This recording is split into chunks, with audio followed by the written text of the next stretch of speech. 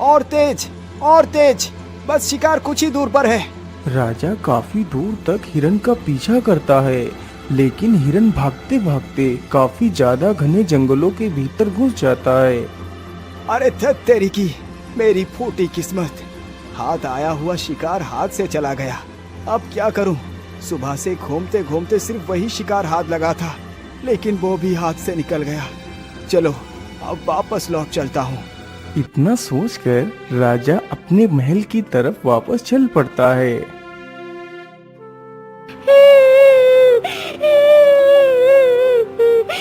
राजा जल्दी से इधर उधर देखता है तो दूर एक पेड़ के नीचे एक सुंदर सी राजकुमारी बैठकर रो रही है।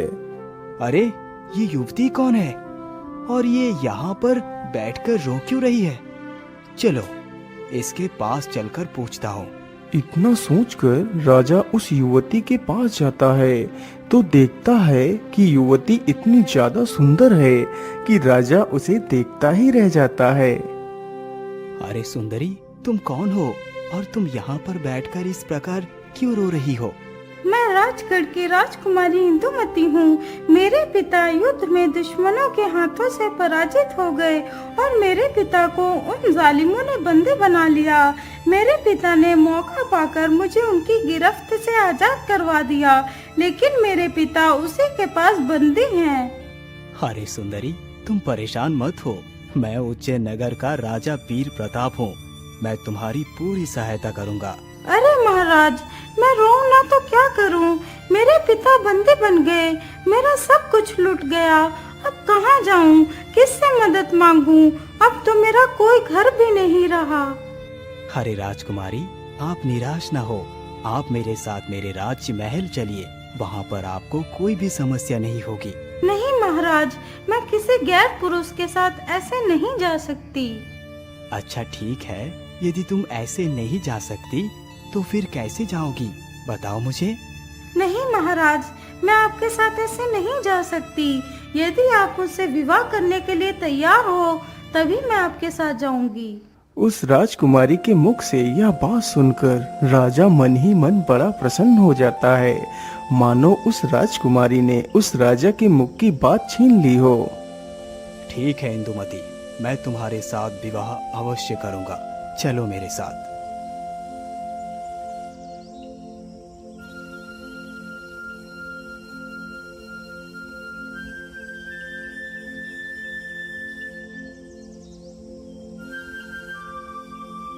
अगले ही दिन राजा का विवाह उस राजकुमारी के साथ हो जाता है।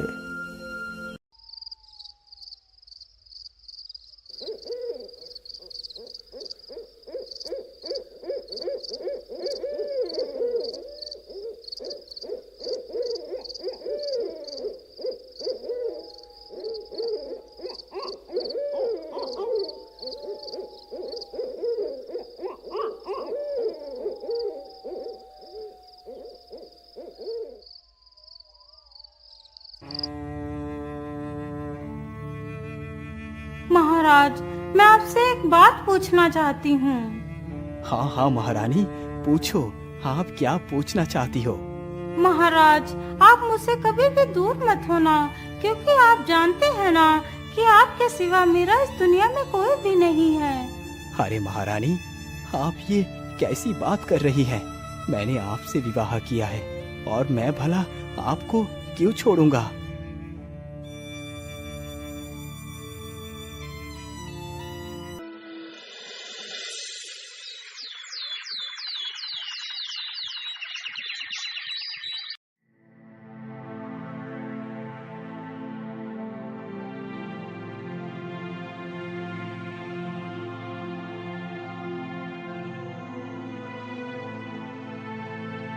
अरे महाराज उठिए, आप तो कितनी देर तक सोते रहते हैं। उठिए महाराज, उठिए। अरे रे रे, ओ हो, आज तो मैं कितनी देर तक सोता रहा। महाराज, क्या आप रोज ही इतनी देर तक सोते हैं? नहीं महारानी जी, मैं रोज इतनी देर तक नहीं सोता। आज मेरी तबीयत कुछ ठीक नहीं लग रही, शायद इसीलिए मेरी आंखें नहीं खुल पाई और मैं देर तक सोता रहा। और मैं तो अभी राज्य सभा में भी नहीं पहुंच पाया। कोई बात नहीं महाराज, अब आप चले जाइए। हाँ हाँ महारानी, मैं जाता हूँ। इतना बोलकर राजा राज्य दरबार में चला जाता है।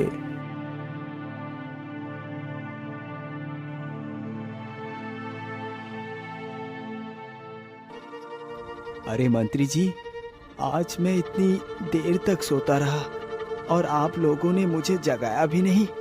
महाराज, मुझे लगा कि शायद आप ज्यादा थक गए होंगे, इसीलिए मैंने आपको जगाना उचित नहीं समझा। अच्छा अच्छा, ठीक है मंत्री जी, कोई बात नहीं।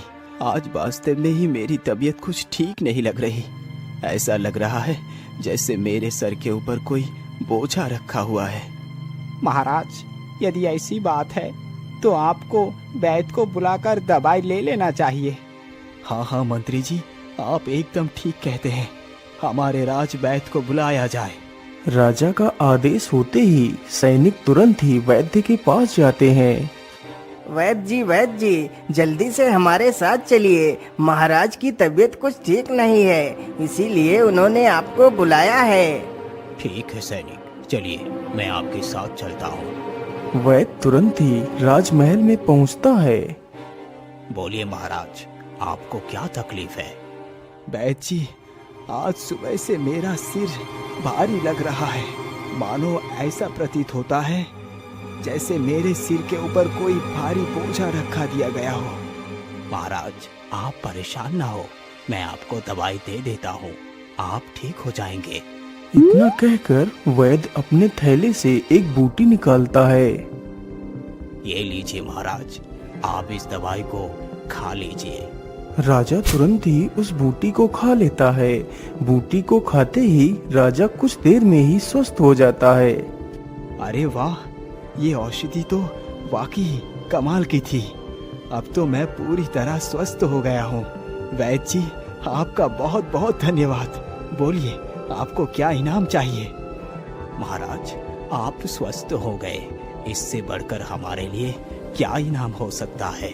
वैद्य की यह बात सुनकर राजा बहुत प्रसन्न होता है। अच्छा महाराज, अब मैं चलता हूँ। ठीक है वैद्य जी, आप जा सकते हैं। इतना सुनकर वैद्य वहाँ से निकल पड़ता है।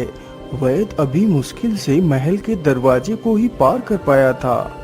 अरे वैद्य जी, रुकिए, महाराज की तबीयत फिर से बहुत ज्यादा बिगड़ गई है। आप जल्दी से चलिए।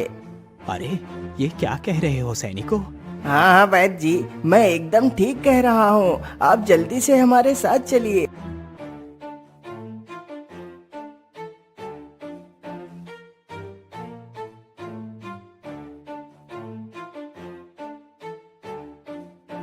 अरे, ये क्या? अभी तो महाराज एकदम ठीक हो गए थे, लेकिन अचानक से इन्हें इतनी जोर का बुखार कैसे हो सकता है? आखिर ऐसा कैसे संभव हो सकता है? मेरी जड़ी बूटी विफल कैसे हो सकती है? क्या हुआ वैद्य जी, आप कहाँ खो गए? मंत्री जी, अब मैं महाराज का इलाज नहीं कर सकता। इसका इलाज मेरे पास नहीं है। लेकिन वैद्य जी, यदि इसका इलाज आपके पास नहीं है तो फिर इसका इलाज किसके पास है? मंत्री जी, महाराज को हमारे गुरुदेव के पास जाना चाहिए। बस वही इस संकट का निवारण कर सकते हैं। ठीक है वैद्य जी, लेकिन हम महाराज को इस हालत में कैसे ले जा सकते हैं? मंत्री जी, वहाँ पर महाराज के अलावा कोई दूसरा व्यक्ति नहीं जा सकता। इसके लिए महाराज को वहाँ अकेले ही जाना पड़ेगा। परंतु महाराज इस हालत में अकेले वहाँ कैसे जा सकते हैं? मंत्री जी, आप चिंता न करें। मैं महाराज को एक ऐसी औषधि देता हूँ जिसे खाकर राजा पूरे एक प्रहर के लिए पूरी तरह स्वस्थ हो जाएंगे। फिर राजा अकेले ही हमारे गुरुदेव के पास जा सकते हैं। ये लीजिए महाराज, आप इस दवाई को खा लीजिए। राजा तुरंत ही उस दवाई को खाता है। कुछ देर में ही राजा स्वस्थ हो जाता है। वैद्य जी, मैं आपके गुरु के पास कैसे पहुंच सकता हूँ? आखिर वो मुझे मिलेंगे कहाँ? महाराज, आप यहाँ से सीधे उत्तर दिशा में चले जाइए। हमारे गुरुदेव हिमालय की पहाड़ियों में ही एक शंकर गुफा में मिलेंगे। वो गुफा ही उनका बसेरा है। ठीक है वैद्य जी, अब मैं चलता हूँ। इतना कहकर राजा अपने घोड़े पर सवार होता है और निकल पड़ता है।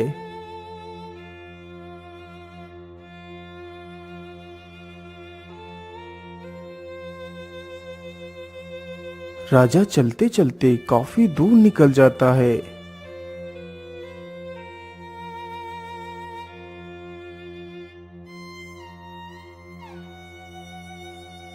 अरे बाप रे बाप, मैं तो चलते चलते काफी ज्यादा थक गया हूँ। लेकिन यहाँ पर तो 2 रास्ते हैं। मैं किस रास्ते पर जाऊँ ये तो मुझे पता ही नहीं। अब क्या करूँ? मैं किस रास्ते को चुनूं? यदि मुझे देर हो गई तो मैं कभी हिमालय नहीं पहुँच पाऊंगा और मेरे द्वारा चुना गया गलत रास्ता ही मेरी मौत का कारण बनेगा। हे प्रभु, मेरी सहायता करो, मुझे सही रास्ता दिखाओ। अरे क्या हुआ भाई, तुम इतना चिंतित क्यों दिखाई पड़ रहे हो? अरे ये किसकी आवाज है? आसपास तो कोई भी नहीं दिखाई पड़ रहा। अरे भाई, तुम इधर उधर कहाँ देख रहे हो? मैं तो पेड़ पर हूँ और मैं एक तोता हूँ। अरे तोते, मैं क्या बताऊं? मैं हिमालय की शंकर गुफा में जाना चाहता हूँ। मुझे गुरुदेव से मिलना है, लेकिन मुझे इससे आगे का रास्ता तो पता ही नहीं। लेकिन भाई, तुम हो कौन और तुम गुरुदेव से क्यों मिलना चाहते हो? तोते, मैं उज्जैन नगर का राजा वीर प्रताप हूँ। मुझे गुरुदेव से किसी खास कार्य से ही मिलना है। क्या तुम मुझे बता सकते हो वहाँ का सही रास्ता कौन सा है? हाँ हाँ महाराज, क्यों नहीं। मैं गुरुदेव को अच्छी तरह से जानता हूँ। वो मेरी भी गुरु है। चलो मेरे साथ, मैं आपको गुरुदेव के पास ले चलता हूँ। इतना कहकर तोता राजा के आगे आगे उड़ने लगता है।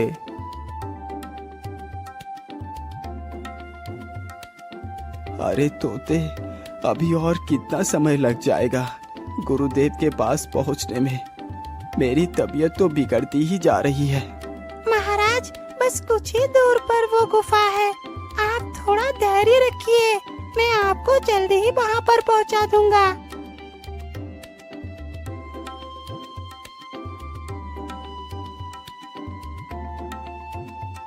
तोता जल्दी ही उस राजा को उस शंकर गुफा में पहुंचा देता है।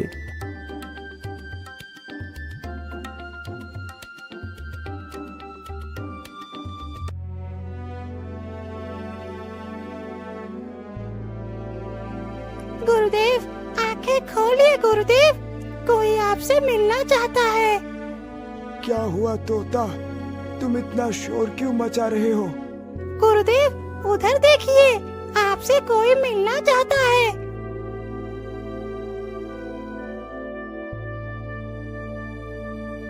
कौन हो तुम और तुम मुझसे क्यों मिलना चाहते हो? गुरुदेव, मेरा नाम वीर प्रताप है और मैं उज्जैन नगर का राजा हूँ। फिर राजा अपनी सारी कहानी उस साधु को बताता है। महाराज, आप दुखी ना हो, मैं आपकी सहायता अवश्य करूँगा। महाराज, जरा आप अपना दाहिना हाथ मुझे दिखाइए। राजा तुरंत ही अपना दाहिना हाथ उस साधु को दिखाता है। हो, तो ये बात है। ये तो बहुत ही बुरा हुआ। क्या हुआ बाबा, और क्या बुरा हो गया? महाराज, क्या आपने अभी जल्दी ही कोई दूसरा विवाह किया है? हाँ हाँ बाबा, मैंने एक दूसरा विवाह भी किया है। पुत्र, इस समस्या का कारण तुम्हारी नई पत्नी ही है। मेरी पत्नी मेरी समस्या का कारण है? लेकिन कैसे बाबा, मैं कुछ समझा नहीं। आप कहना क्या चाहते हैं? बेटा, यदि मैं तुम्हारे पत्नी के बारे में कुछ भी बताऊंगा तो तुम्हें यकीन नहीं होगा। इसीलिए तुम खुद ही अपनी आंखों से अपनी पत्नी की रहस्य को जानो। पुत्र, आज रात तुम सोना नहीं और झूठ मूठ सोने का नाटक कर चुपचाप लेट जाना। फिर सब कुछ तुम अपने आंखों से ही खुद देख पाओगे। और हाँ, याद रखना, आज रात तुम अपने शयन कक्ष में पीने के लिए पानी नहीं रखोगे। ठीक है बाबा, पर मेरी तबीयत तो बिगड़ती ही जा रही है। बेटा, तुम इस दवाई को खा लो इससे तुम्हें दर्द और थकान का एहसास नहीं होगा। राजा जल्दी से उस दवाई को खा लेता है। अच्छा बाबा, अब मैं चलता हूँ।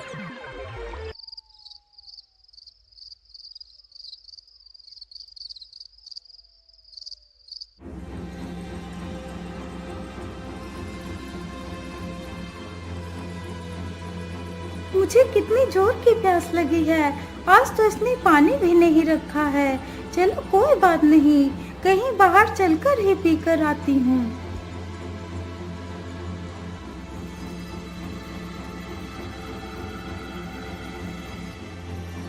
अरे, ये इतनी रात्रि में कहाँ जा रही है? चलो इसका पीछा करता हूँ। इतना सोचकर राजा चुपचाप अपनी पत्नी का पीछा करता है। वह औरत कुछ दूर जंगल में चलने के बाद एक नागिन बन जाती है।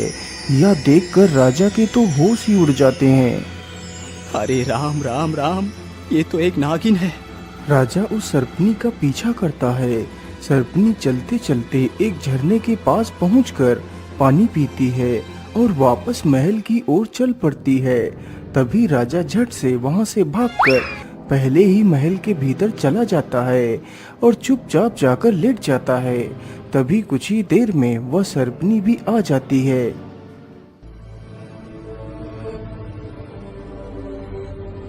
मुझे लगता है राजा गहरी नींद में सो रहा है। यही अच्छा मौका है इसका खून पीने का।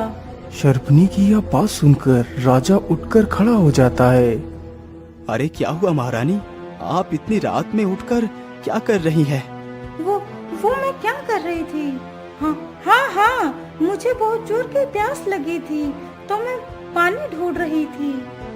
अच्छा, ठीक है, मैं पानी लेकर आता हूँ। अरे नहीं महाराज, इसकी कोई जरूरत नहीं है। अब मेरी प्यास चली गई है, आप सो जाइए। अरे महारानी, अब तो मुझे नींद नहीं आ रही, तुम सो जाओ, मैं अभी थोड़ी देर में ही सो जाऊंगा। इतना सुनकर महारानी चुपचाप लेट जाती है। बेचारा राजा जागता रहता है।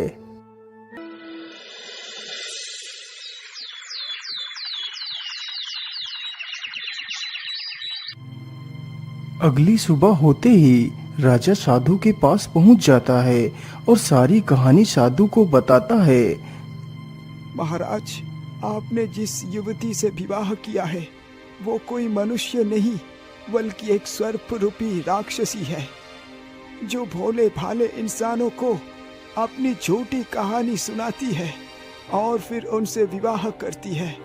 उसके बाद वो रोज अपनी पति का खून पीती है तथा उसे 11वें दिन मार देती है। यदि वो सर्पनी 11 दिनों तक तुम्हारी जान ना ले पाई तो वो तुम्हारा कुछ भी नहीं बिगाड़ पाएगी, लेकिन इन 11 दिनों में वो सर्पनी तुम्हें मारने की पूरी कोशिश करेगी। बाबा, अब मैं क्या करूं? उस सर्पनी से कैसे बचूं? बेटा, तुम मेरे इस तोते को ले जाओ और इसे अपने पास ही रखना। जब भी वो सर्पनी तुम्हें नुकसान पहुंचाने की कोशिश करेगी तो मेरा ये तोता तुम्हारी रक्षा करेगा। उस सर्पनी से तुम्हें सिर्फ 11 दिन ही बचना है। राजा उस तोते को अपने साथ लेकर चला जाता है।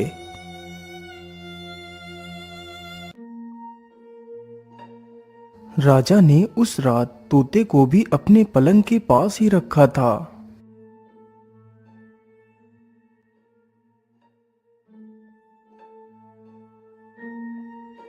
मुझे लगता है ये राजा अब सो चुका है। चलो अब अपना काम करती हूँ। इतना सोचकर वह नागिन उठती है और अपने वास्तविक रूप में आ जाती है। तभी तोते की नजर उस पर पड़ती है। महाराज, आंखें खोलिए महाराज, देखिए आपके बिस्तर पर एक सर्प है। राजा के कानों में जैसे ही तोते की यह आवाज गई तो राजा तुरंत ही उठकर खड़ा हो जाता है। अरे क्या हुआ तोते, तुम इतना शोर क्यों मचा रहे हो? महाराज, मैंने अभी देखा कि महारानी एक सर्प बनकर आपको काटना चाहती थी। अरे तोते, तुम कैसी बातें कर रही हो? भला महारानी एक सर्प कैसे बन सकती है? मुझे लगता है तुमने कोई बुरा सपना देख लिया होगा। महारानी तो सो रही हैं। नहीं महाराज, मैं झूठ नहीं बोल रहा, मैंने अपनी आंखों से देखा है। राजा तो सब कुछ पहले से ही जानता था। अरे तोते, मुझे तो नींद आ रही है, मैं तो सोने जा रहा हूँ। इतना बोलकर राजा फिर से सो जाता है। अरे ये तोता तो कितना दुष्ट है, इसकी वजह से मैं अपना शिकार ना कर पाई। कोई बात नहीं, मैं फिर से अपना काम करती हूँ। इतना सोचकर नागिन फिर से अपने असली रूप में आ जाती है। तभी तोता फिर से चिल्लाने लगता है। अरे तोते, अब क्या हुआ? तुम अब क्यों चिल्ला रहे हो? महाराज, मैंने फिर से देखा महारानी को एक नागिन बनते हुए। लेकिन राजा ने जानबूझकर तोते की बात पर ध्यान नहीं दिया। राजा फिर से सो जाता है। तोते की इस हरकत से उस नागिन को बहुत क्रोध आया। मुझे लगता है इस राजा से पहले मुझे इस तोते के प्राणों को छीनना पड़ेगा।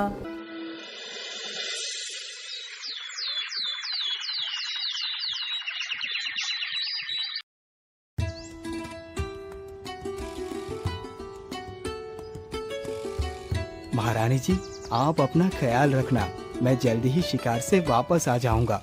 इतना कहकर राजा वहाँ से चला जाता है। उधर तोता रात भर जगने की वजह से दिन में सो रहा था। अच्छा बेटा, रात भर मुझे परेशान करके तो दिन में सो रहा है, लेकिन अब तो कभी भी इस नींद से नहीं जाग पाएगा। वह सर्पनी तुरंत ही अपने वास्तविक रूप में आ जाती है और तोते को डस लेती है।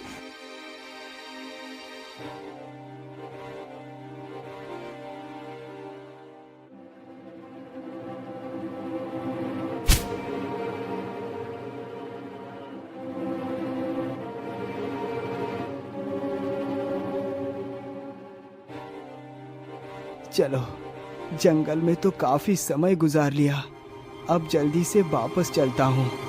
अब तो सिर्फ 2 दिन ही बचे हैं 11 दिन पूरे होने में। ये सब कुछ सोचकर राजा वापस महल की तरफ चल पड़ता है। राजा चलते चलते वहीं से गुजरता है जहाँ वह बेचारा तोता मृत पड़ा था। अरे ये क्या? ये तो तोता मेरा ही लगता है।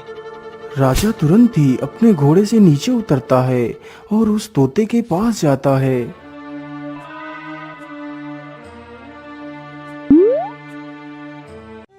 अरे तोते, ये तुम्हें क्या हो गया?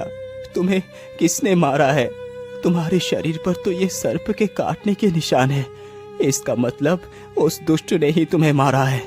मैं उस दुष्ट को जिंदा नहीं छोड़ूंगा। मैं ऐसा करता हूँ, इस तोते को लेकर साधु बाबा के पास जाता हूँ। बाबा, आंखें खोलिए बाबा, मेरी मदद कीजिए।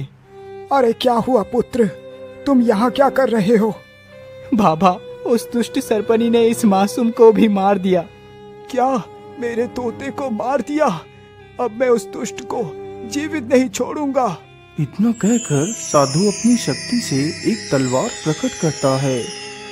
महाराज, आप इस तलवार को लीजिए और उस दुष्ट को खत्म कर दीजिए। लेकिन याद रखना पुत्र, तुम्हें उस राक्षसी को अपने महल में नहीं मारना है। तुम्हें उसे कहीं बाहर ले जाकर मारना है, और तब मारना है जब वो अपनी वास्तविक रूप में आ जाए। तभी तुम उस तलवार से उसके 2 टुकड़े कर सकते हो। तभी वो नागिन खत्म हो जाएगी। उस दुष्ट को मारते ही मेरा प्रिय तोता फिर से जीवित हो जाएगा। ठीक है बाबा, ऐसा ही हो।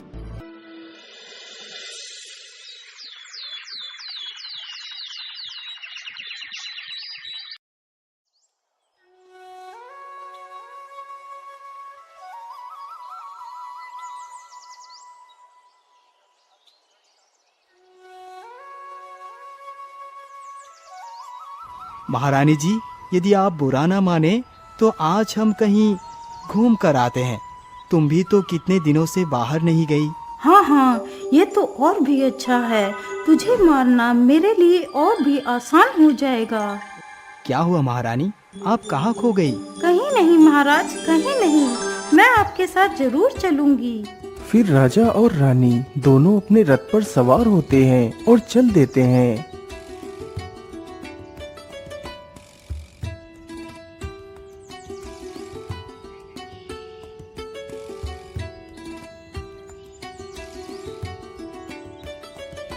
उन लोगों को घूमते घूमते शाम हो जाती है।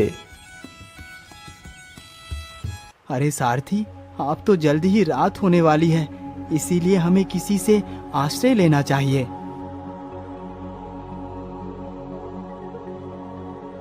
वह तीनों जल्दी ही एक नगर के किनारे पहुंच जाते हैं। वहां पर एक बूढ़ी महिला अकेले ही रहती थी।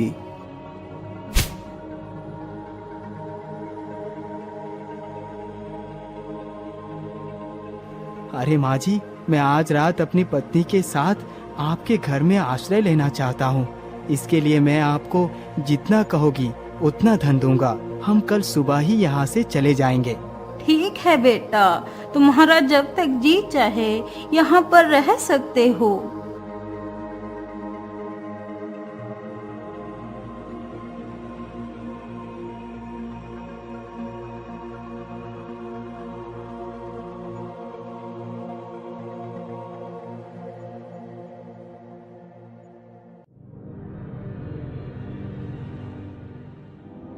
आज तो मैं अपना शिकार खाकर ही रहूंगी।